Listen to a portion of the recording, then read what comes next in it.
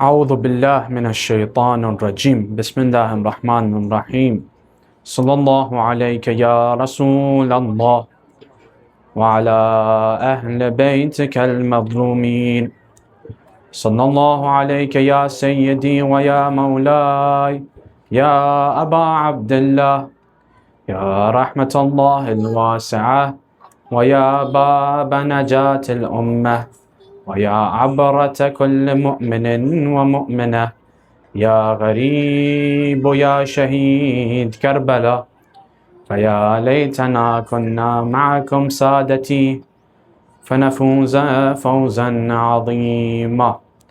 قال الله الحكيم في محكم كتابه الشريف وقوله حق بسم الله الرحمن الرحيم وإنك لعلى خلق عظيم. Illuminate your hearts and minds with about salawat ala Muhammad wa ali Muhammad.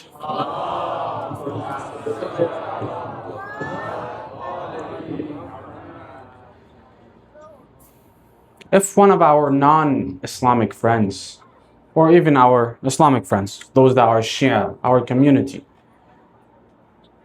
comes to us and asks us this question, that, oh friend, tell me something about Islam, the greatest value about Islam. What do you pride into Islam? What's it that you believe Islam is the best and other religions don't have it? This world doesn't have it. What is it? What's special about Islam? What's special about Shia? That's a question, very beautiful question, and we have to have an answer for this. What is it that I enjoy the most about Islam? What is it that I love about Islam? And the most important message that we can talk about Islam, what is it? Maybe answer this question, that it's the knowledge of Ahlul Bayt, it's the knowledge of the Prophet. Nobody is more knowledgeable than this person, the Prophet of Allah subhanahu wa ta'ala. Nobody's more knowledgeable. Maybe somebody will answer his braveness, how brave he was in the battlefields. Nobody could have stand in front of Rasulullah, in front of Imam Ali. Maybe his knowledge, maybe his loyalty, and other aspects. But if you ask me this question, that what is that you value so much about Islam, I will talk about the ethics of Islam, the morals of Islam, what it gives to us as the ethics, the manners, the akhlaq of Islam. So this is what I will talk about. In our age, the age that humanity has opened the atom,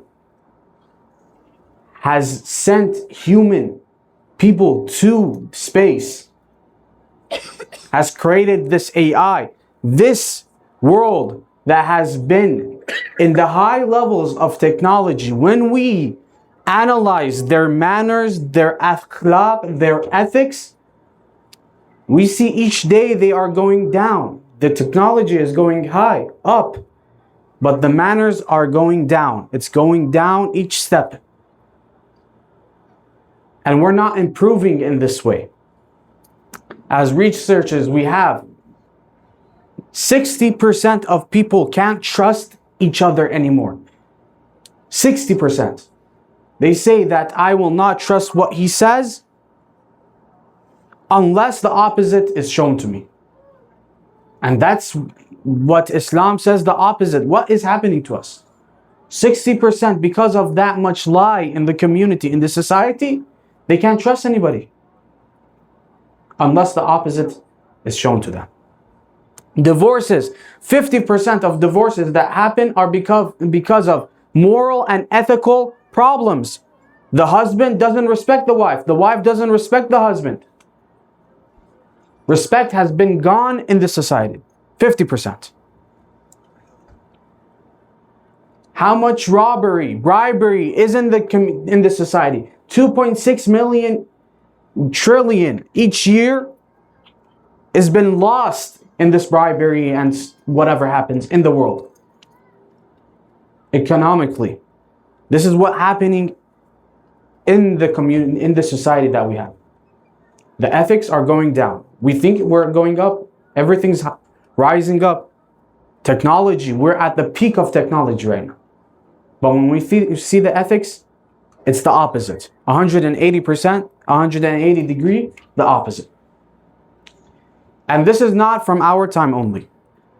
In the time of Jahiliyyah, ignorance, before Islam, we see that too. Maybe the roots of this is from that time. In a different way, in a more beautiful way. It shows a little beautiful. They color it a little and they show it to us. Look, this is bribery. It's very beautiful. They talk about it very beautiful. But it's the same that happened there. They show us murder. They put a justification on it.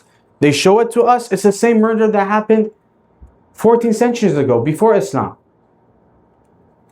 As we have narrations that they would bury their own daughters. A person comes to Rasulullah sallallahu alayhi wa sallam.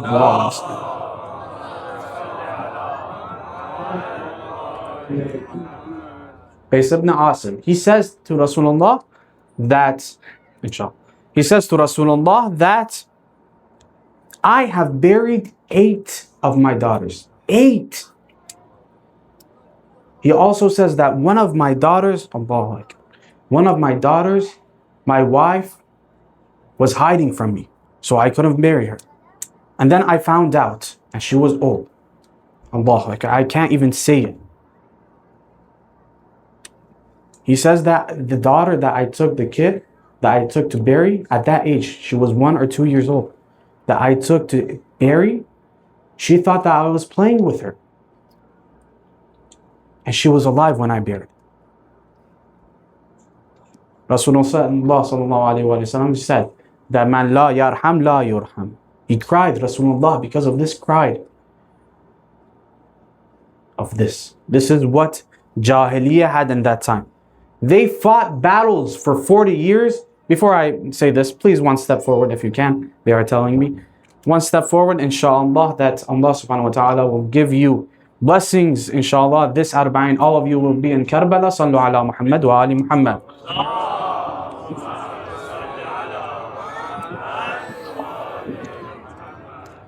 They would fight 40 years, 2 tribes against each other. For what?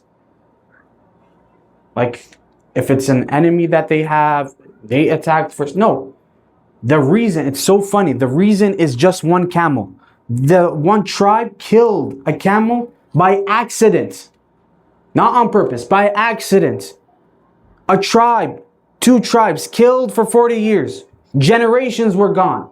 40 years just because the start of it, the excuse of it, was a camel. That's the ethics. That's their morality.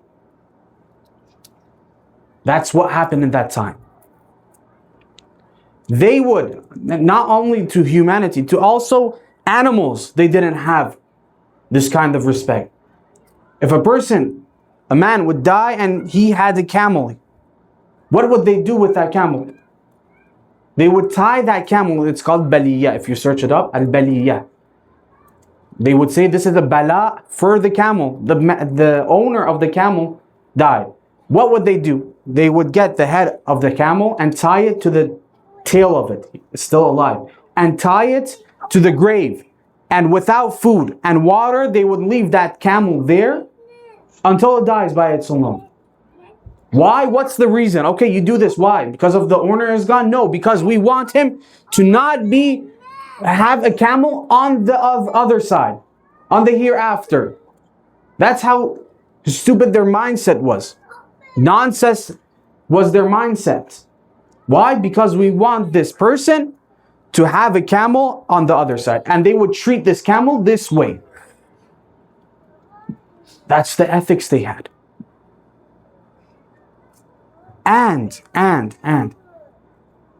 Rasulullah, he comes to a fight with them.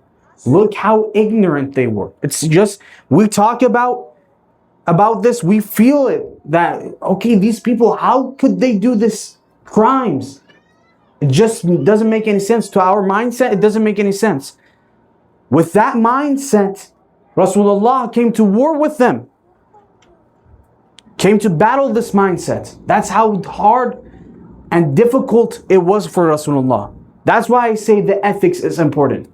See in that time what ethics they had. It's not like in this time that we understand these problems. No, they were jahil, they were ignorant. That's what they call it, the time of ignorance.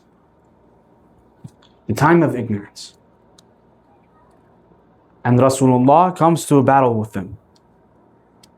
Comes to fight this ignorance. Sallu ala Muhammad wa ali Muhammad.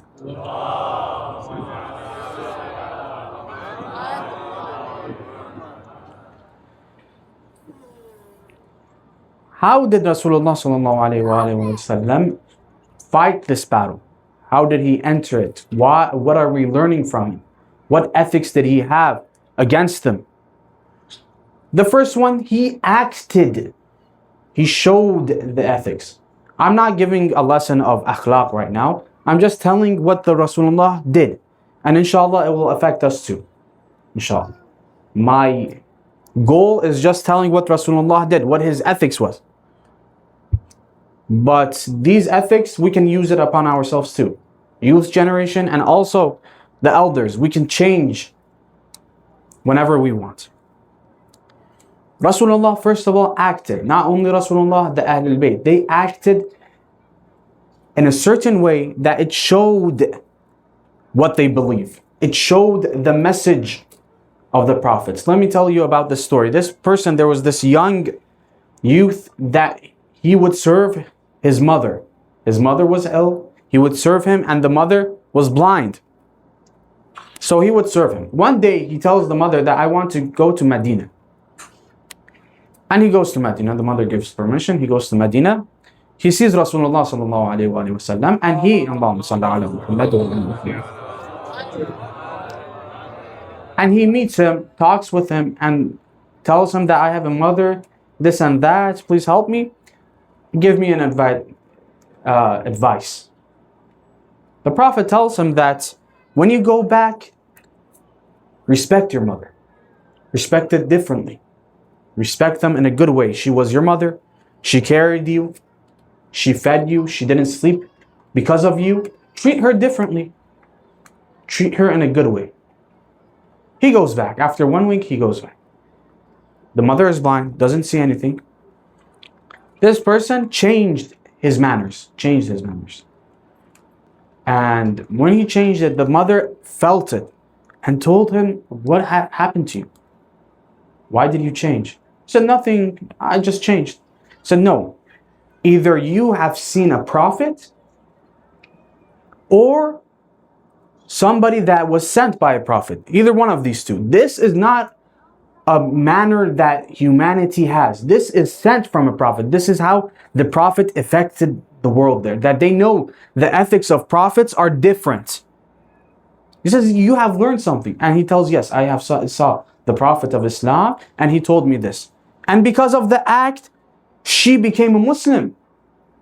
Just because of one change, she became a Muslim. This is the ethics, the effect of ethics, of morality. What did Rasulullah do? Again, Rasulullah was in sajda, was in sujood. And the sajda was long. Abu Jahl, the enemy of Rasulullah, he dares somebody that if you can throw the stomach, what do you call it? Yes, of a camel on Rasulullah. When he is sujood, I will give you this and that. And somebody does this. And this disgusting thing is on Rasulullah in sujood. If it was me, I would have came up, break my prayer and yell at them, hit them, whatever. I would fight with them. Scream at them. Yell at them, what are you doing with me? Where's your manners? But Rasulullah did nothing until Bibi Fatima came and put this away, and then Rasulullah came back. What do you expect from Rasulullah? Fighting them? No. It says, Allahumma alayka bil Quraysh. Oh God, help Quraysh. He prays for him. Abu Jahl was from Quraysh. He was the uncle of the Prophet. He prays for Abu Jahl. That's how he answers Iran. He shows it. He acts upon. In the time of Imam Hassan alayhi salam, a Syrian person, he comes to Imam Hassan. He was brainwashed by Muawiyah. And he starts, when he sees Imam Hassan alayhi salam, he starts cursing him. Himself, the father, the mother, the prophet, all of them. Because he was brainwashed by Muawiyah. And what do you also expect from Imam Hassan alayhi salam? What does he do? He says that, I find you, like, I don't know you, where you are from. You're gharib. I've never seen you in this city. If you are hungry, I'll give you food.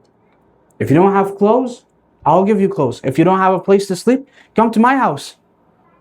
That's how he answers. If somebody is cursing you, and you just stand in front of them smiling, and then telling them this good stuff, that if you don't have food, come, I'll give you food. You don't have any family here, I'll give you shelter. I'll give you a place to sleep. That's how he answers. And then he changes that person that started to curse, he changes. He says that Allah subhanahu wa ta'ala was right in which family to put prophethood and imamah. He put this prophethood and imamat, the guardianship, divine guardianship, in the best family. This is the manners. This is how they changed people. By acting. By acting. The second thing is by talking. They told them what to do. They didn't know what to do. They told them. Sometimes the opportunities don't happen. You have to talk about it. You never become angry, so you have to talk about when you're angry, what should you do? And Rasulullah changed these sees, how they would see the world. They changed it. He tells them that grabbing, there's a narration, that grabbing a heavy thing, that's not heavy. This is worldly. What is heavy? What is hard? What is strong? Who's a strong? You want to find a strong person? A strong person is not that lifts heavy weights. Who is he? He is somebody that in the time of anger, he controls himself. They control themselves. That is a strong person. So he changed the perspective. He learned them. He taught them the ethics. When you're angry, you want to be a strong man, don't show your muscles. Show it at that time. Show your patience. When you're patient in that time, that shows you, that tells the people you are strong. There was this saying before the Prophet that unsur akhak zaliman aw mazluman. Help your brother because he's your brother, even if he is oppressed or oppressor. Both of them, zalim or mazlum. And Rasulullah, one day, he says the same narration. Unsur akhak zaliman aw mazluman. The companions are, Ya Rasulullah, you never taught us this. Zaliman, even if he's a zalim, even if he's an oppressor, we should help him. The Prophet teaches them a different way. Yes, help them. By what? By stopping them oppressing. Teach them not to oppress. That's a type of help. That's the ethic you should have. Not just leave them alone. No, help them. By telling them not to oppress. By letting them know what they are doing.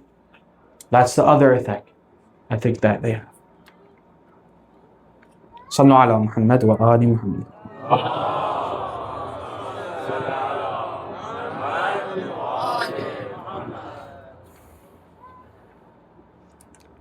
Imam Bagherzadeh alayhi salam, he wanted to know how the companions of that time were. What was their status of brotherhood? Were they really brothers? Were they really Shia or not? He wanted to test them. And he puts this high level of ethics for them. He asks a person, a companion, that if you are together, you are gathered together in a community, and a person needs money. If he comes and grabs the money from your pockets, without telling you, just puts his hand in your pocket, and you don't react Just he grabs whatever he wants and goes. And you don't react. You don't say, why are you doing this? At least tell me the reason. Tell me how much you want. I'm going to tell you. And they don't react. Do you have this type of people in the community? The companion says, no, I can't find somebody like this. And he says, you are not a good Shia. A good Shia, what is it? You want to test yourself. This is the ethics. This is how high they should be. He's putting a standard for us. He's showing us. He's telling us that this should be your standard. This. Don't be this low. Be that. What is it? If somebody needs something and she puts their hand in your pocket, in the purse, your money, grabs it, will you react? Say, why are you grabbing this? Or no? You're going to stay, okay, whatever. He's my brother. You want to see a good Shia? That's the great value. They told us this is a Shia. Brotherhood, the community has to be this good. Are we like this really in our community?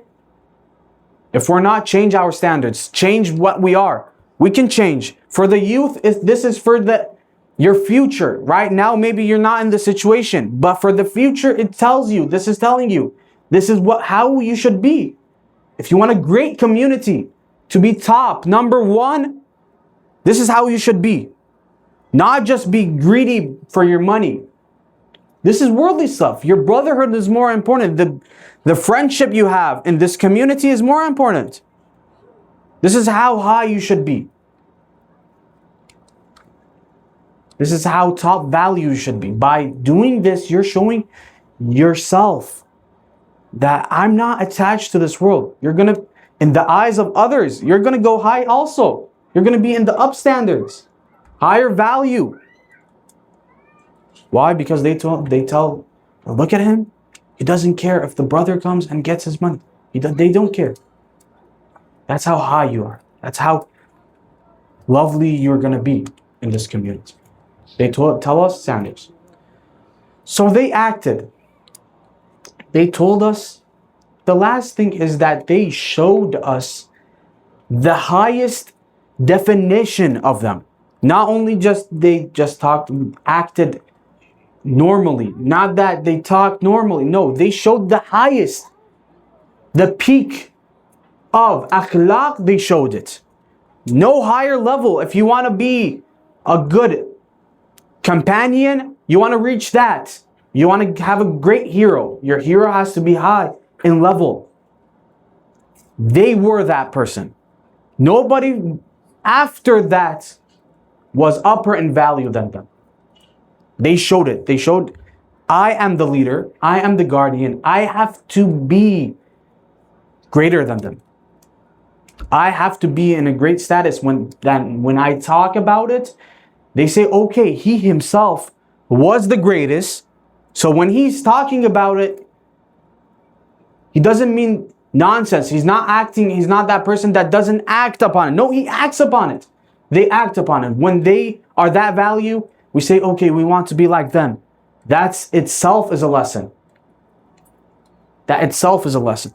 What do they do? Amir al-Mu'mineen alayhi salam, sallu ala Muhammad wa ali Muhammad.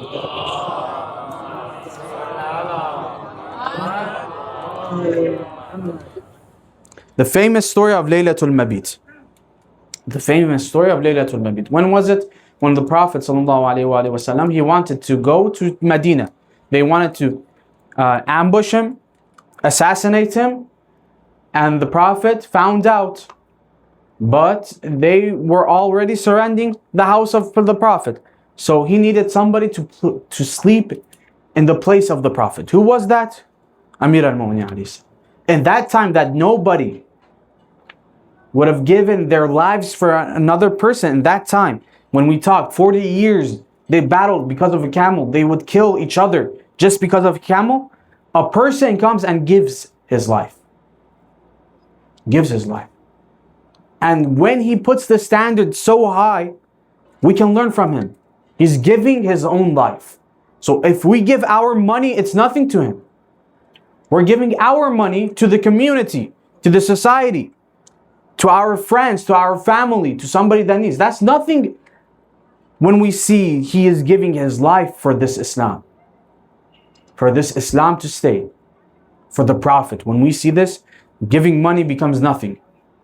And not only with us, there's a narration, very beautiful narration, that it tells us Isar, giving, forgiving, was from that time. Giving your own life to others, jihad that we see around the world. You are willing to give your life for your family. It was created in that time. Before that, that didn't even have a meaning. Before that, it didn't have a meaning. This is one of them. The other one that we see is Bibi Fatima on the night of her wedding. On the night of her wedding. A person that needs something, a needy person, a person that is homeless or doesn't have money, they come to the door and ask for something. And at that night, Bibi Fatima had two clothes. One that was old, one that was new for the wedding, the night of her wedding. The night of her wedding. So what would we do? If we only had two, we would give the one that is old. We say, okay, it's one night. One night only, I'm just going to wear this. After that, if you come tomorrow, I'll give you this clothes. But tonight, I want to wear this. It's the night of my wedding. I want to wear this suit. I want to wear this dress. But Bibi Fatima explains that وَتُنْفِقُ مِمَّا تُحِبُّونَ in the Quran that we have. Like forgive, give. What you love, Bibi Fatima explains it, defines it to us. What is it? Giving their wedding dress. Giving their wedding dress. That's the definition of ethics. That's the definition of giving. They told us, you want to be high standard, this is how it to be. What you love, the most important thing that you have in your life, give it. If you want to reach that high in level, you want to be bir, give what you love. We usually give what is extra. We have $1,000. What is extra? 200. We give it.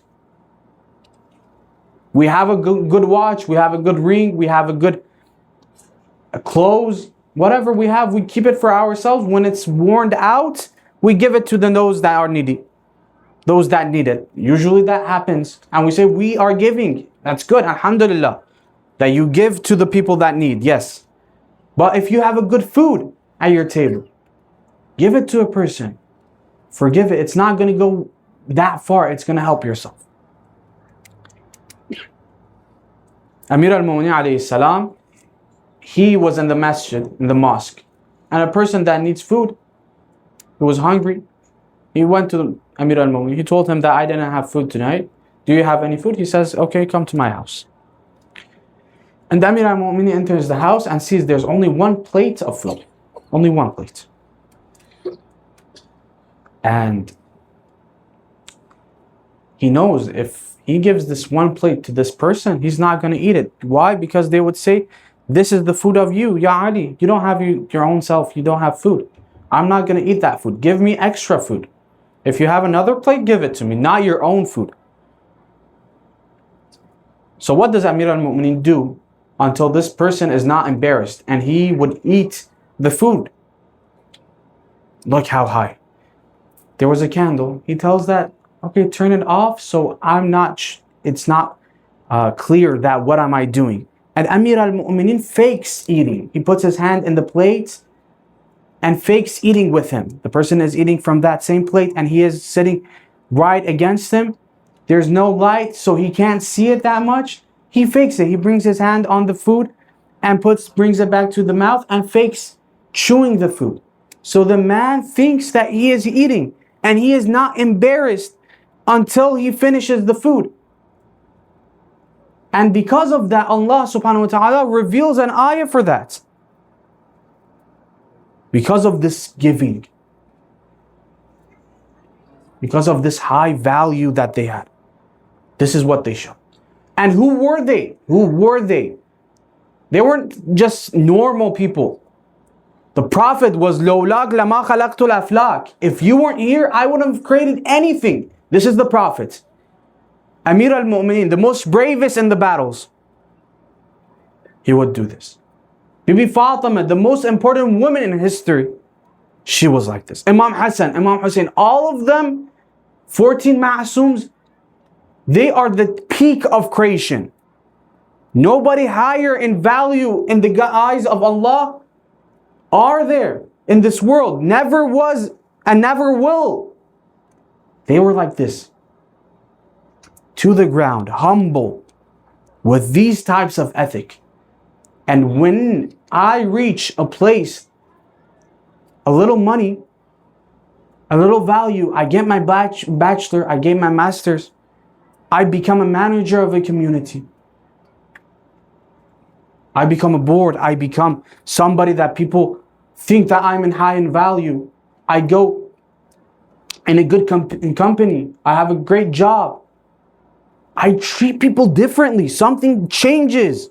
I am somebody else right now. Yes, yesterday I was that same Hussein. Right now, you don't say me Hussein, you say Mr. Hussein. That's how you call me. Dr. Hussein, that's how we call me. After that, you change your value. Don't call me like this. Even with our own families. We have seen this, that last day he was good. When he gets money, he becomes a different person. She becomes a different person. It's like she just fell out of heaven. He just fell out of heaven suddenly. God has picked me. God has picked me, so I have to change my morality. I have to change how I was shown. I'm different right now. I have a greater value. If I don't do that, I don't have that prestige. Nobody's gonna respect me anymore. That's what I feel, right? That's what I feel. I have changed. So the people have to change their responsibilities to me. They have to change how they would act to me. No. And when we see the prophets, we say we are the Shia of the Prophet. We are the Shia of Amir al-Mu'mineen. Is that how I really act? Just because of little money, I become somebody else? All of world obeys these people. And still you see them, how they act with the companies.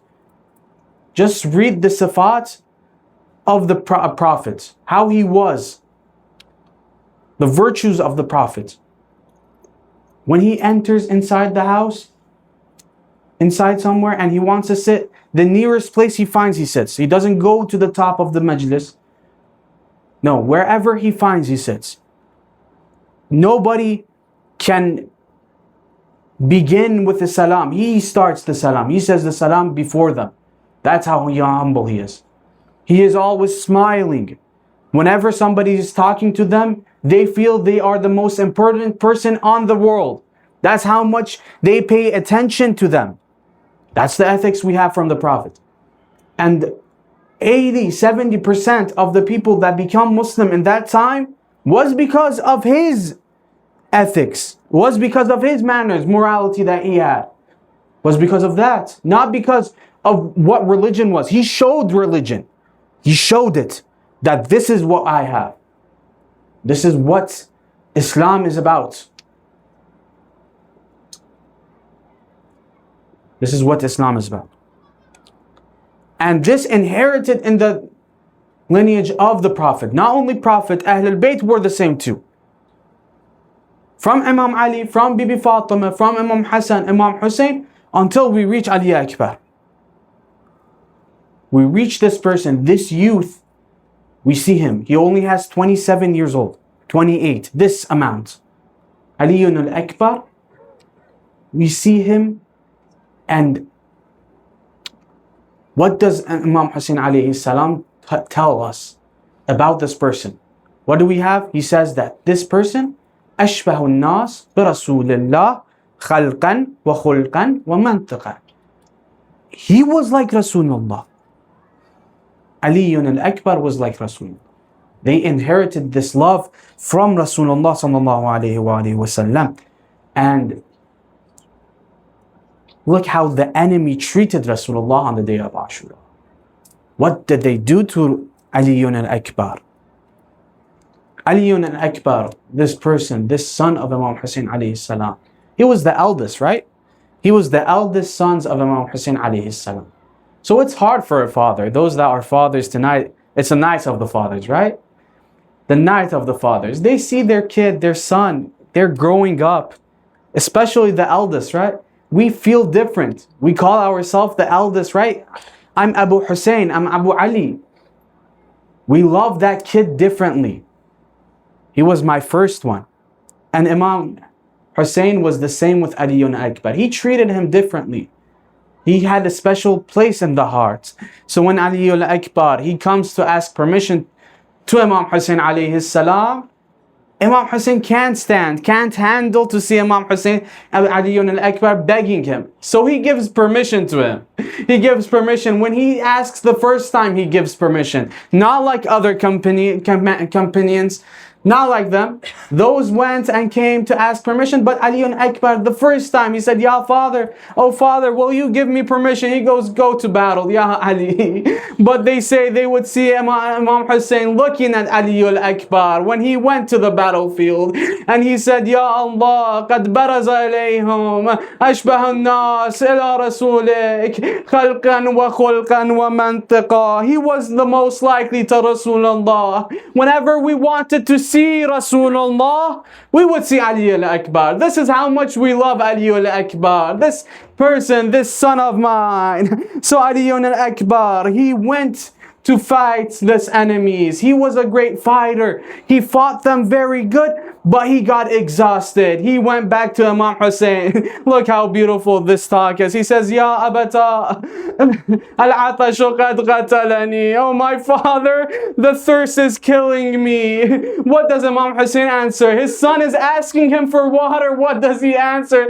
He says, Ya Ali, I am more thirsty than you. I don't have water too. What should I do? But don't worry. In a while, you will meet your grandfather Rasulullah. You will see him and he will give you the water of Kawthar. So Ali al-Akbar, he goes to fight and battle. He has a great battle. The enemy surrounds him. They can't fight him face to face. They surround him from behind. Somebody strikes him with a spear into the heart of Ali al-Akbar. The other one hits him on the head with a sword. Ya Shia, what happens? He can't handle the horse, so he grabs the neck of the horse. The blood of the face of Ali al-Akbar pours on the eyes of the horse. So he wants to go back to the tents, but the horse doesn't find the tents.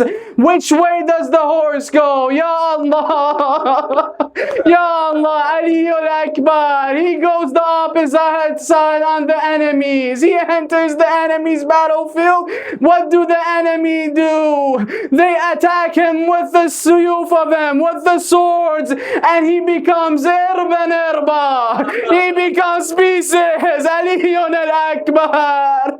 So he falls to the ground, Ali al-Akbar, and that time he shouts out, Ya Abata, Adrekni, oh my father, alayka minni salam, come to reach me, oh father. What do they say? They say Imam Hussein, when he hears this shout of Ali al-Akbar, he doesn't rush with his horse, he just runs to Ali al-Akbar. He runs to him and he's shouting out in this way on his path to Ali Akbar. He says, Ya waladi, Ya Ali, Ya waladi, Ya Ali. He says the name of Imam Ali Akbar 7 times. He shouts out. He reaches his body, Ali Akbar. What does he tell him? He says, Pesar buzurg nakardam ke dast o pa bezanan. I didn't raise a child so he can struggle in his own blood. Ya Ali, جلوی چشم پدر خیمه را صدا بزند. So Imam Ali, he sees Ali al-Akbar in this way. They say that Imam Hussein in that time, his life was getting outside. He was dying in that moment. Imam Hussein didn't die in the pit. No, he died when Ali al-Akbar, he saw Ali al-Akbar in this way.